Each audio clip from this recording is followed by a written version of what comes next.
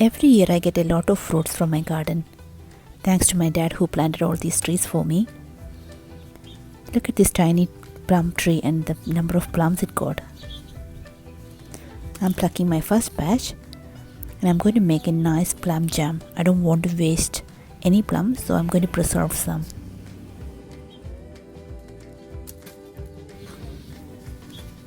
In fact, I like eating plums as it is, but this is more than what we can eat as fresh. So it's important we don't waste any and preserve some for off season. In this video, I'm going to share two different versions of plum jam. One the classic version, which is just plums, sugar and lemon juice, and the second one is with some spices. So let's start the process. To start with, I'm going to chop the plums and take off the pips. This is almost 2 kg of plums which I have taken. You can use any varieties of plums. I am using blood plums here. Now transfer the quartered plums into a thick bottom saucepan and add sugar into this.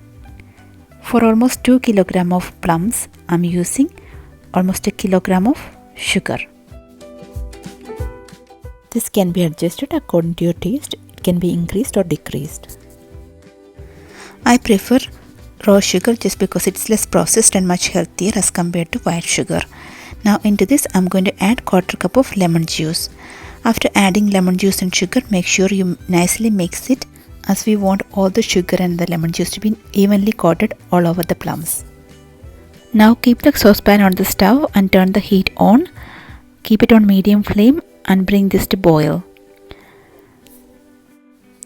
Now make sure you're occasionally stirring this mixture, otherwise the sugar will get settled in the bottom of the pan and this will burn, and this will give a burnt taste to your jam. Now it's almost 20 minutes. As you can see, the mixture is starting to boil and the plums are getting cooked very well. Now we can simmer the heat to medium and keep stirring it for another 10 minutes. Now it's almost going to semi-liquid state, and you can see the plums are really cooked and mashed very well. Now this is after 10 more minutes. As you can see, the mixture has become a bit more thicker. Now I'm going to divide this into two parts. The first half I'm going to leave as it is, but the second half I'm going to add some spices into it and make it a spiced plum jam. To make the spice powder, I have taken all these spices here: star anise, cardamom and cloves. This can be adjusted according to your taste. Now I am adding 1 tablespoon of sugar into this and made a fine powder out of it. Now I am going to add this spiced sugar mixture into my jam and give it a nice mix.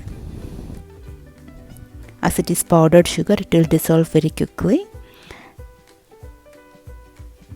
Now our jam is almost ready. Now we need to wait for it to cool down. I'm going to check the consistency. As you can see, it's still a bit watery, but as it cool down, it will become very thick, like this. Once it is completely cooled down, you can store it in a clean jar and keep refrigerated. I like the spice version better, but my kids says they love the non-spicy version. Anyways, it is much healthier than shop bought jams, so please try it yourself and let me know your feedback. Also, if you like my videos, please share, comment and subscribe. Thank you for watching and see you soon with another video. Bye.